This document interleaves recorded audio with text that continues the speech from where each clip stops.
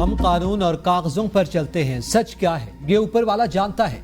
इंसाफ देना हमारा फर्ज है। हो सकता है हमने बेपनाह फैसले गलत किए हों। चीफ जस्टिस काजी फायज ईसा का फुल कोर्ट रेफरेंस से खिताब। कहा, इफ्तिखार चौधरी का शुक्रिया जिन्होंने मुझे chief justice Balochistan high court बनाया। कभी कॉज लिस्ट बनाने में दखल नहीं दिया। कागज के टुकड़ों पर जो लिखा होता है वो एक पार्टी को फायदा देता है, दूसरे को नहीं। मेरी जिंदगी में वीटो पावर एहलिया को हासिल। फुल कोर्ट रेफरेंस में शिरकत न करने वालों का शुक्रिया। चीफ जस्टिस काजी फायज ईसा की रिटायरमेंट पर फुल कोर्ट रेफरेंस में justice Munib Akhtar, justice Ayesha Malik, justice Malik Shahzad और जस्टिस अतर मिनल्ला भी शरीक न हुए।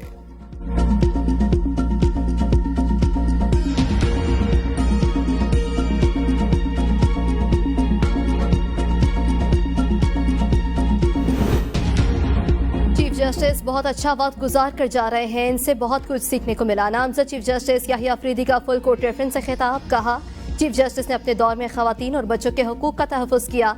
इख्तियारात की तकसीम और कानून की बालादस्ती यकीनी बनाना कौम के लिए जरूरी। फौरी तौर पर दूर दराज इलाकों की जिला अदलिया पर तवज्जो देना होगी। अटॉर्नी जनरल ने कहा, आम इंतखाबात के इनेकाद का सहारा चीफ जस्टिस के सर। लाहौर हाई कोर्ट का रिटर्निंग अफसरान का नोटिफिकेशन मुअत्तल करना बरकरार रहता तो आम इंतखाबात का इनेकाद मुमकिन नहीं था।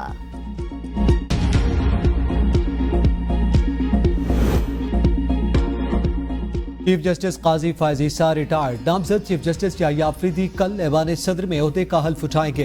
तकरीब हल्फबरदारी में सीनियर जजेस, पार्लियामेंटेरियंस और सरकारी हुक्काम शिरकत करेंगे। ऐवान सदर सेक्रेटरीट ने मेहमानों को दावतनामे जारी कर दिए। नामजद चीफ जस्टिस याहिया अफरीदी सुबकदोश चीफ जस्टिस के एजाज में अलविदा इशाइया देंगे। इशाइये में नामजद चीफ जस्टिस याहिया अफरीदी और दीगर शरीक होंगे।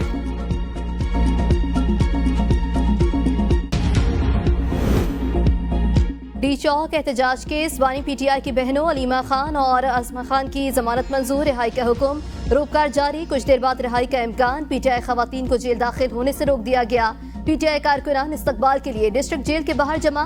कारकुनान में जेहलम और इस्लामाबाद की खवातीन और मर्द शामिल। कारकुनान ने अलीमा खान और उस्मा खान को पहनाने के लिए फूलों के हार उठा रखे हैं।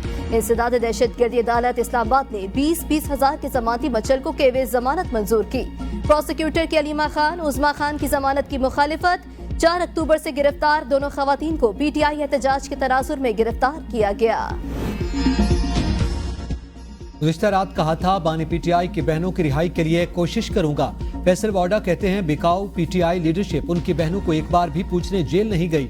बिकाऊ पीटीआई लीडरशिप अपने लीडर की बहनों को जेल में एक बार भी पूछने नहीं गई। कौम को उनकी असलियत समझ नहीं आ रही कि क्या गेम हो रही है, लेकिन मैं कौम को सच बताता रहूंगा।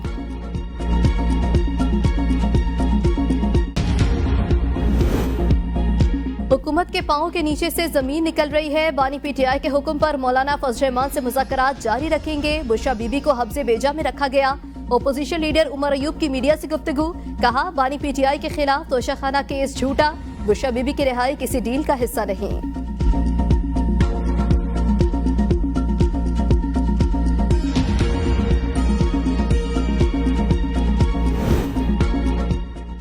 बुशरा बीबी और बानी पीटीआई की बहनों की रिहाई डील के तहत हुई। पीपल्स पार्टी के रहनुमा सेनेटर पलवशा का दावा।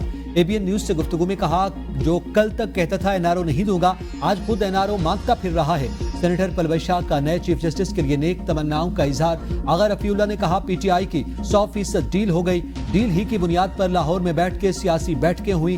पीरनी और अलीमाबाजी दोनों लड़ेंगी, फिर तमाशा पूरा पाकिस्तान देखेगा। ये मकाफात अमल है। जब भी हम उनके साथ बात करते थे तो ये कहते थे डील की बात कर रहे हैं। आज पीटीआई वाले डील के लिए मरे जा रहे हैं। पाकिस्तान पीपल्स पार्टी जमहूरियत के साथ खड़ी है। पीपल्स पार्टी हुकूमत में कतन नहीं आ रही।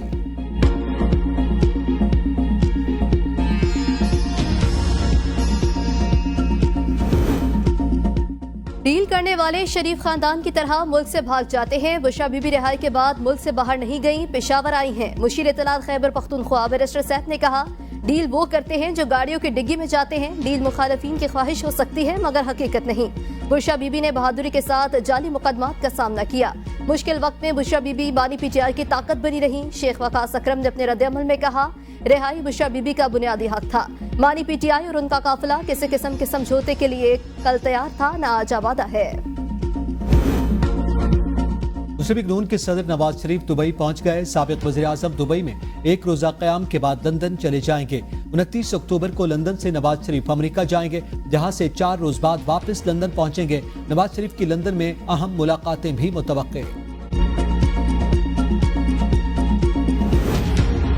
ओपोजिशन में हूँ, हुकूमत में जाने का कोई इरादा नहीं, कोई तजवीज़ है तो इस बारे में इल्म नहीं। मौलाना फजल रहमान की मीडिया से गुफ्तगू, कहा 27वीं तरमीम नहीं आएगी, भरपूर मज़ाहमत करेंगे। 26वीं आईनी तरमीम की 56 शकों को 22 पर लेकर आए, आईनी तरमीम में मजीद 5 शकें शामिल कराई।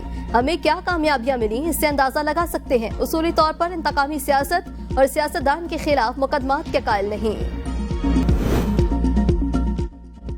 26वीं आईनी तरमीम की मंजूरी पर तहरीके इंसाफ भी खुश है। तरमीम पर पीटीआई की गैर एलानिया रजामंदी थी। सिंध के सीनियर वजीर शर्जील मेमन की प्रेस कॉन्फ्रेंस, कहा बैरिस्टर गौहर ने कहा था मौलाना फजल रहमान वाला ड्राफ्ट ठीक है। सोशल मीडिया पर पीपल्स पार्टी के खिलाफ मनफी मुहिम चलाई गई। पीपल्स पार्टी ने कभी अदलिया या किसी शख्सियत के खिलाफ मुहिम नहीं चलाई। जस्टिस मंसूर अली शाह समेत सुप्रीम कोर्ट के तमाम जज साहबान का एहतराम करते हैं। अवाम बानी पीटीआई की हकीकत जान चुके हैं। पाकिस्तान के खिलाफ गोल्डस्मिथ फैमिली इसराइल के एजेंडे के तहत काम कर रही है। बानी पीटीआई के लिए इसराइली लॉबिंग फर्म काम कर रही है। डॉक्टर इसरार और हकीम सईद की एक एक बात सच साबित हो रही है। सिंध हुकूमत का तालीमी इदारों और अस्पतालों को सोलर पर मुंतकिल करने का ऐलान। शर्जील मेमन कहते हैं कि 2 लाख खानदानों को मुफ्त सोलर सिस्टम दिए जा रहे हैं। कराची के लिए डबल डेकर बसें भी शुरू करने जा रहे हैं। शहर में पहली ईवी टैक्सी सर्विस भी शुरू करने जा रहे हैं। मजदूर कार्ड मुतारिफ करवाया, किसान कार्ड भी देने जा रहे हैं।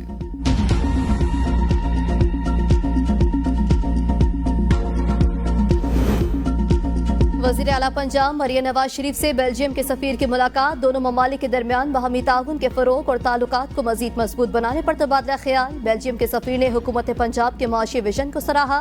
वज़ीर आला मरियम नवाज ने कहा पाक बेल्जियम 2 तरफा ताल्लुकात को कदर की निगाह से देखते हैं। बेल्जियम के साथ ताल्लुकात नई बुलंदियों तक पहुँचाएंगे। तालीम, IT और ज़राअत के शोबों में बेल्जियम के साथ ताउन को मजीद फरोग देना चाहते हैं। बेल्जियम सफीर ने कहा बेल्जियम पाकिस्तान में सरमायाकारी और मुख्तलिफ शोबों में ताउन बढ़ाने में दिलचस्पी रखता है।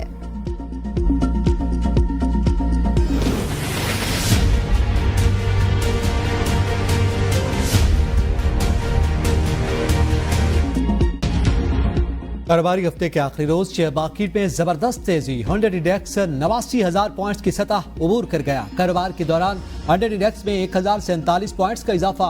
इंडेक्स 89,993 पॉइंट्स के रिकॉर्ड सतह पर बंद। ट्रेडिंग के दौरान इंडेक्स की बुलंद तरीन सतह 90,593 और कम तरीन 89,979 पॉइंट्स रही। सोने की कीमत में 800 रुपए कमी। फी तोला सोना 2,82,300 रुपए का। वज़ीर आज़म की स्टॉक एक्सचेंज 90,000 पॉइंट्स की तारीखी सतह से तजावुज करने पर कौम को मुबारकबाद। स्टॉक मार्केट में बतदरीज इजाफा सरमायाकारों के हुकूमती पॉलिसियों पर एतमाद का आगाज करार। शहबाज शरीफ ने कहा 14 बरस बाद स्टॉक मार्केट में ऐसा तेज इजाफा मुआशी टीम की अनथक मेहनत का नतीजा है। महंगाई की शरह 38 से 6.9% पर आ गई। मुसलसल 2 माह से करंट अकाउंट सरप्लस में है।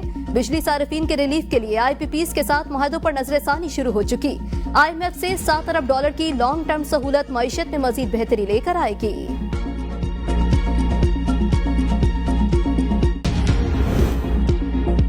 पाकिस्तान ने IMF से $1 अरब फंडिंग की बाज़ाब्ता दरख्वास्त कर दी। वाशिंगटन में वज़ीर ख़जाना मोहम्मद औरंगज़ेब की मुख्तलिफ मालियाती इदारों और मुल्कों के रहनुमाओं से मुलाकातें। वज़ीर ख़जाना की JP मॉर्गन बैंक के नुमाइंदों से भी मुलाकात। स्टैंड बाय अरेंजमेंट के बाद पाकिस्तान की इक़्तिसादी सूरत हाल में बेहतरी पर गुफ्तगू। वज़ीर ख़जाना का पांडा बॉन्ड के जरिए आलमी कैपिटल मार्केट में रसाई के अज़्म का इज़हार। इस्लामी तरक्याती बैंक के सदर से मुलाकात। वज़ीर ख़जाना ने तालीम, सेहत और दीगर शोबों में आलमी माली मुआवनत को सराहा।